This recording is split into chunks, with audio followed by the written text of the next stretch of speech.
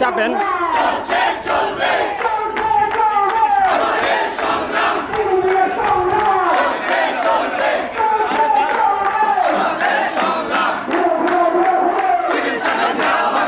নারী পুরুষ খোঁজে না, হিন্দু মুসলমান খোঁজে না, বৌদ্ধ খ্রিস্টান খোঁজে না, এইখানে গণসংহতি আন্দোলন বিএনপি জামাত জাতীয় পার্টি খোঁজে না। ডেঙ্গু যারে কামড়াইছে তারই এডিস ডেঙ্গু জ্বরে আক্রান্ত হয়েছে এবং সরকারি তথ্য মতে আমরা দেখেছি এইখান থেকে যারা গুরুতর আক্রান্ত হয় ঢাকায় রেফার করা হয়, এইখানে যারা নিহত হয়েছেন সেই সংখ্যাটাও তারা গোপন করার চেষ্টা করছে।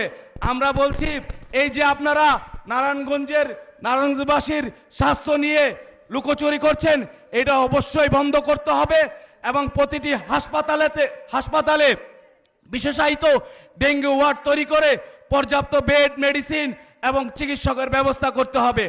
এই পর্যায়ে আমাদের এখানে বক্তব্য রাখবেন নারী সংহতি নারায়ণগঞ্জের আহ্বায়ক নাজমা বেগম।